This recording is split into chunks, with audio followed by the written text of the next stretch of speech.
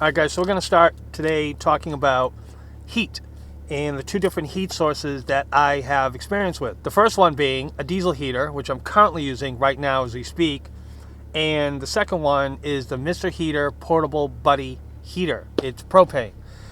So let's start with the pros.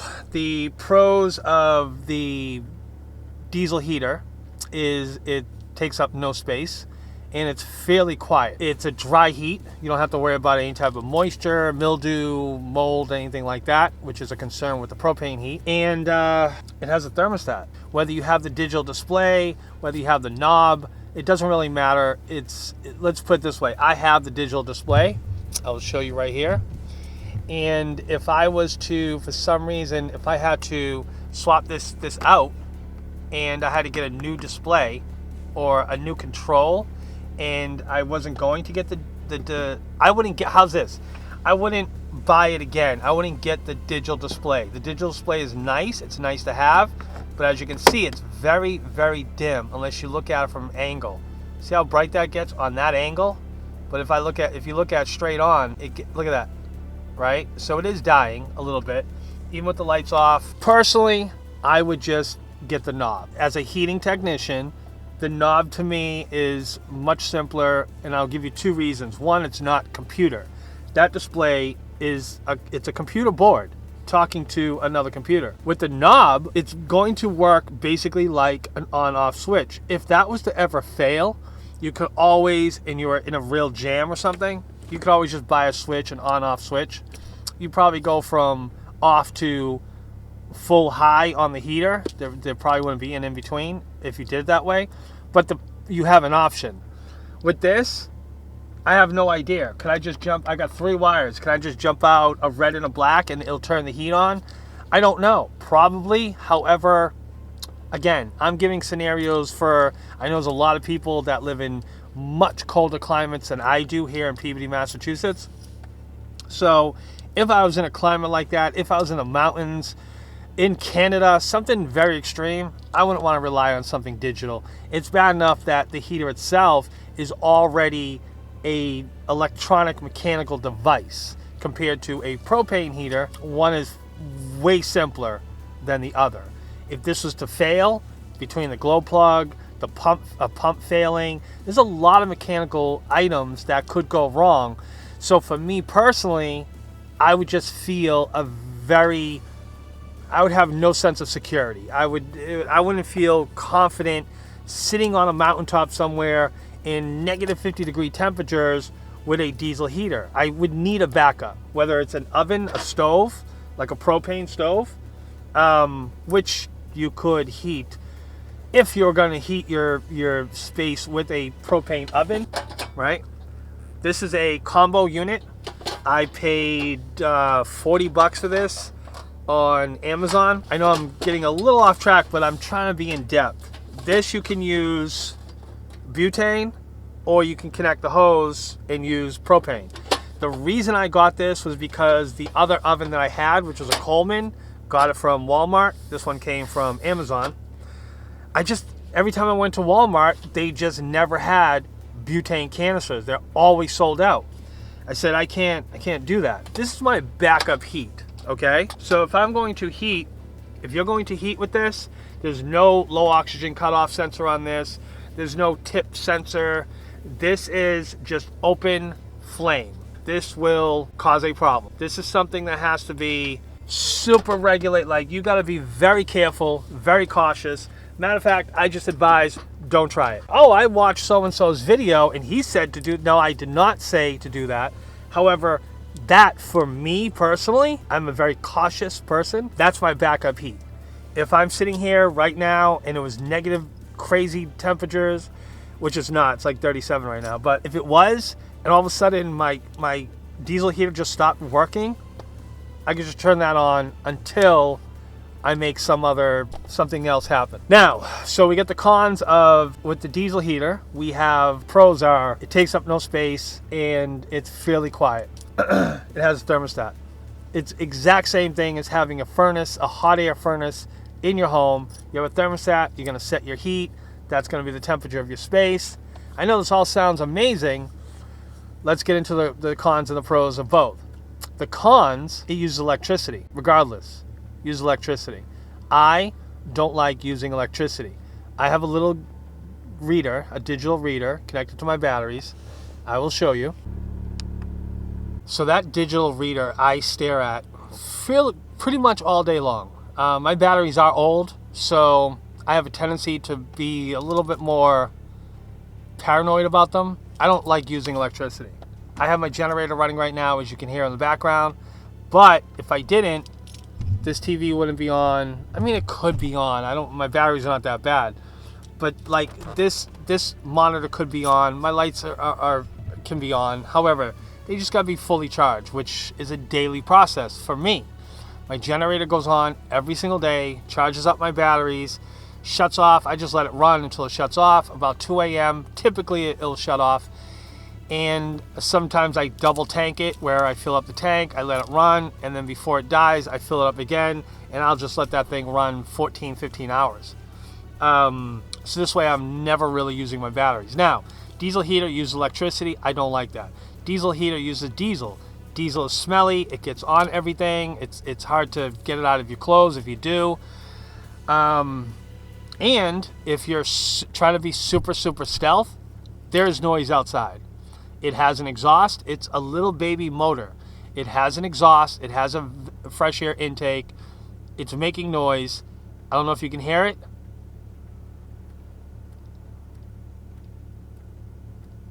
But that's the pump.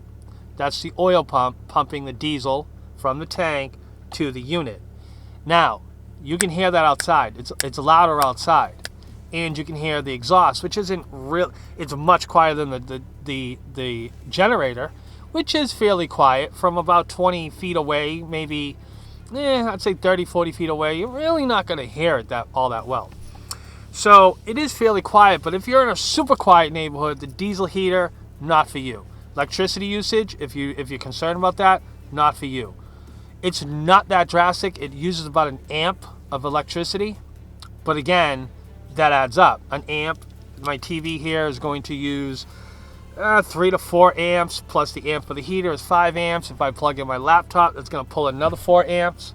So that's 10 amps. If you got 100 amp hours worth of batteries, you're at 5 hours right now. So I don't like the electricity aspect of it. So the propane heater, pros. It's a nicer saturated heat. It does have it's a wet heat, and that's where a lot of people talk about mold and mildew issues with propane heat. However, it is a nicer heat. It's like jumping into a jacuzzi as opposed to a super dry, I don't even know what to call it. But all I know is my personal experience is 70 degrees in Boston is a nice day. 70 degrees in Vegas, you could use a sweater. Or not, but you might want to. The propane heater takes up space, where it's not the size of the unit. It is wherever wherever the unit's pointing, you need a good 3 to 4 feet of space between the unit and whatever's in front of it. Otherwise, things will melt. So if I had it right here behind me, I'd actually be fine. I would feel it on my back. It would be very, very warm. Not enough where I would be in any type of issue. But after a while, it's going to get uncomfortable. It needs space. So therefore, you lose a lot of space. I think that's the most important aspect of the propane heater, is that you lose a lot of space with it. For me, I use a 20-pound tank with my heater. You can look back in my past videos. You'll see that I just had a tank sitting here, and I just had a heater. So tank over here, and then my heater was down here. All this shelving and stuff was not there. So now that it is, it's a lot harder to pull this out, put a tank in, put a heater in there, and lose all that space. And also I'm losing the space that goes from there to my doors. So virtually around the unit. Side to side, not so much. And of course the top of the unit as well. If it's sitting on my floor here, this ceiling, this is going to be very, very, very hot. Not so hot that it's going to combust, not that type of hot, but it's going to be quite toasty. Now, I got a full winter with the heater sitting over here. I never had an issue. but I have something like, so my PS4 is sitting right there. My heater would normally be over here in the corner. Even if I turn that oven on, that heat's going to rise, and that PS4 is going to be basically overheating with the heat coming off the heater. Now, that's where my Mr. Buddy heater would normally go. The heat's going to rise, and that's where it sat all winter, all last winter. No issues. So all early winter 2019, I used the propane heater. I used nothing else with the propane heater. The last con of the propane heater is you need ventilation. And for me, the reason why you need ventilation, one is oxygen. I mean, it's an open flame. But a lot of people talk about moisture. That wasn't my issue. My issue was the heater is too much heat. It's on high, it's good for about 225 square feet. So let's cut that in half by putting it on low. We'll call that 100 square feet, even though that's not quite half, but we'll just make it 100 square feet. This space right here, we're talking about maybe 40 to 50 square feet. So it's way too much heat for this amount of space. So what I used to have to do is open my fan. I would just crack it just slightly, because this is stealth Vanlife, just slightly. And also rain and stuff like that I didn't want to have to worry about. I would turn my fan on and let the cold air blow in and mix with the Mr. Buddy heat and Mr. Heater. And I would have the cold air coming in to equalize the heat coming off the heater. That's how I had it. So the colder it was outside, the better it was for me. And when you got up to days like today where it's like 35, you're kind of pushing it. But as you got into the springtime months where it got into the early 40s, low 40s, no. It started to get very uncomfortable. And then like 50-degree weather is horrible because you kind of want heat, but you can't use it. You can't use the Mr. Heater. It's way too hot for a 50-degree day. Way too hot. You just can't do it. I mean, you can. It's going to be very uncomfortable. It's going to be a sauna in this vehicle. You're not going to like it. I didn't like it. And that's it. So let's recap. The diesel heater uses electricity, uses diesel. Diesel's smelly. It's you got to deal with it. Electricity, diesel, and it's noisy outside. Those are the cons. Pros: nice dry heat, takes up zero space. Well, not zero for a lot of people, but virtually it takes up no space. Dry heat, no space, no open flame, you're good. Propane heater, pros. I'll mention the cost in a second. Nice saturated heat. It's a very simple unit. You don't really have to worry about it just failing from electronic parts and mechanical working things. I mean, that's really it. Cons: it's extremely hot. It takes up a lot of space, and it's an open flame. And you do have a lot of moisture that comes off of propane heat, so you do have the threat of mildew and mold buildup. Now, cost: diesel heat on temperatures where it's like normal northeast Massachusetts wintertime temperatures, which are going to be like 25, 30-degree days. I would say we're looking at about $1.50 a day, so about a half a gallon a day, roughly. Whereas the propane, I used a 20-pound tank. However, I was just getting the exchange, which is technically only a 15-pound fill. It's just regulations of Walmart and other places. It's not a full 20 pounds in that tank. So if we're talking about something like Blue Rhino, for example, when you exchange that out, it's only 15 pounds, not 20 pounds. Therefore, it's not a full fill. That I would swap out about every 4 days. That might last me, say, 3.5 days or something like that. So you're definitely getting 3 evenings out of it. Now just take $15 divided by 3. You're looking at about $5 a day. That's how I calculated it. So in my list of bills, I put it down as $90 a month. And with the heater, the diesel heater, I calculated somewhere around $60 a month.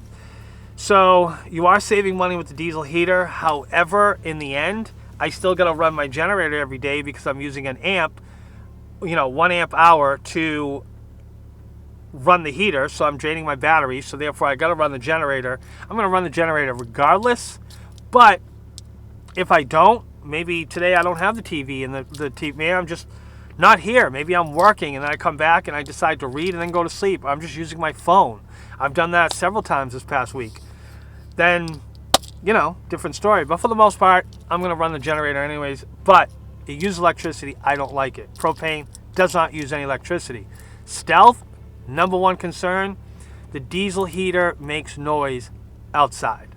Propane heater makes zero noise. Zero noise.